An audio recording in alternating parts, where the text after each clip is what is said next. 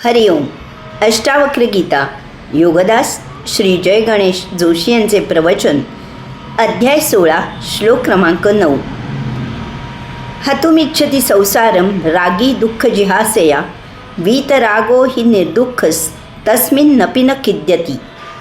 भावार्थ: भावनाप्रधान दुःख निवारणार्थ संसाराचा त्याग करू इच्छितो, परंतु वीतरागी दुःखमुक्त होऊन संसारात असूनही कधीही खेद करत नाही. रागी मनुष्य भावभावनांच्या आहारी जाणारा असतो. जरा काही झाले की तो लगेच भावूक होतो. घटना चांगली की वाईट ही गोष्ट गौण असते. तो स्वभावताच भावनाप्रधान असतो. शुभ घटना घडली की तो समोर दिसेल त्याला ती सांगू लागतो. कोणाला किती सांगावे याचा भावुकाला पाचपोच राहत नाही. या उलट घटना अशुभ घडली की त्याला रडू येते. त्याला दुःखाचा आवेग सहन होत नाही. त्याचा धीर सुटतो. पुन्हा असे घडू नये म्हणून तो उपाय करू लागतो.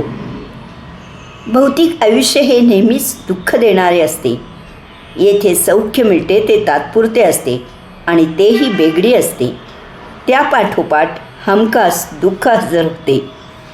आयुष्यात असेच दुःखाचे धक्के बसले की त्याला सामोरे जायला, टक्कर द्यायला रागी माणसाला धैर्य नसते. त्या आवेगाच्या भरात तो संसाराला त्रासतो, विटतो आणि संसारापासून दूर पळून जायला उद्युक्त होतो. अशा प्रकारे जेव्हा माणूस दुःख निवारणार्थ संसाराचा त्याग करू लागतो तेव्हा त्यात संसाराची आसक्ती तशीच असते. त्याची संसाराची लज्जत चव जराही कमी झालेली नसते. संसारात केवळ नशिबी दुःख आले म्हणून तो संसारापासून पळून जाऊ इच्छित असतो. यात त्याची अगतिकता असते, नाईलाज असतो. दुःखापासून सुटका असते. यात ज्ञानाने संसाराचा फोलपणा उमजलेला नसतो किंवा अध्यात्मज्ञानाने, सत्संगाने उपरती होऊन तो मुक्ती मिळवण्यासाठी वीतरागी झालेला नसतो.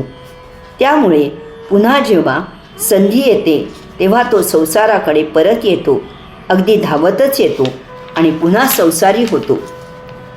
ज्या क्षणी संसारातील दुःखाला कंटाळून, घाबरून संसारी जेव्हा संसार सोडून दूर पळून जातो तेव्हा त्याच क्षणापासून त्याचा प्रयत्न पुन्हा लवकरच संसारात येण्यासाठी सुरू होतो. कारण येथे रागावर विजय मिळवलेला नसतो. संसारी भावभावना तशाच धुमसत असतात. लज्जा वाटू लागल्यास तो असा प्रयत्न छुपेपणाने करू लागतो. तो वर वर वीतरागी झाल्याचा आव आणतो, परंतु तो आवेश पोकळ असतो. कारण येथेही त्याचा भावनाप्रधान स्वभाव आड येतो. वैभवात असलेल्याच्या आठवणी त्याला बेजार करतात. त्या स्मृती त्याला सुखाची झोप घेऊ देत नाहीत. कधी एकदा पुन्हा वैभव मिळवतो आणि दुप्पट जोरात भौतिकात उडी घेतो असे त्याला मनातून झालेले असते. रागीची संसाराची आसक्ती नष्ट होत नाही. अष्टावक्र मुनी पुढे सांगतात की परंतु वीतरागी दुःखमुक्त होऊन संसारात असूनही कधीही खेद करत नाही. वीतरागीने भावभावनांवर जय प्राप्त केलेला असतो. घटना कशीही काहीही घडली तरी तो ती घटना जशी घडली आहे ती त्याच्या भल्याबुऱ्या परिणामांसह सहजच पचवितो. येथे स्वीकाराचा किंवा अस्वीकाराचा प्रश्नच येत नाही. जे आहे ते तसेच आहे हाच एकमेव दृष्टिकोन त्याला असतो. वीतरागी संसारापासून दूर होतो कारण त्याने संसाराचा फोलपणा जाणलेला असतो. संसारात राहून दुःखाशिवाय काहीही मिळत नाही. जे काही सौख्य मिळते ते क्षणिक असते. हे क्षणिक सौख्य नष्ट होताना पुन्हा दुःखात ढकलून देते. अशा प्रकारे संसारात सतत सुखदुःखाचा न संपणारा खेळ सुरू राहतो. वीतरागीने जाणलेले असते की सुखदुःखाच्या या खेळात कधीही चिर शाश्वत केवळ आनंद मिळत नाही. नित्यानंद, परमानंद, कैवल्यानंद मिळवणे हे तर जीवन जगायचे एकमेव ध्येय असते. त्यामुळे संसारात जे घडते यामधून तो आनंदाचा ठेवा शोधतो.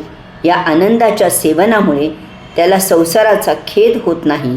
साक्षी राहून प्रभूच्या लीलेत तो आनंदात असतो. हरिओम.